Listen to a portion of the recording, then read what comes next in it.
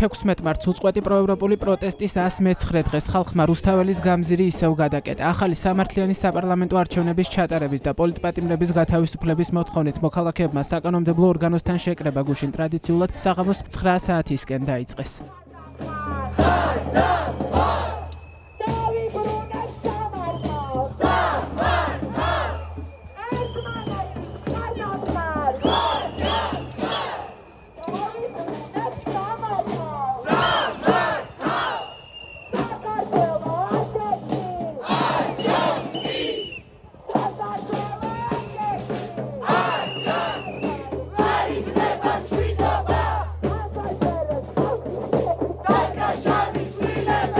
აქციას რუსთაველის გამზირზე მსვლელობით შეუერთდნენ საზოგადოებრივ მაუწყებელთან შეკრებილი მოქალაქეები.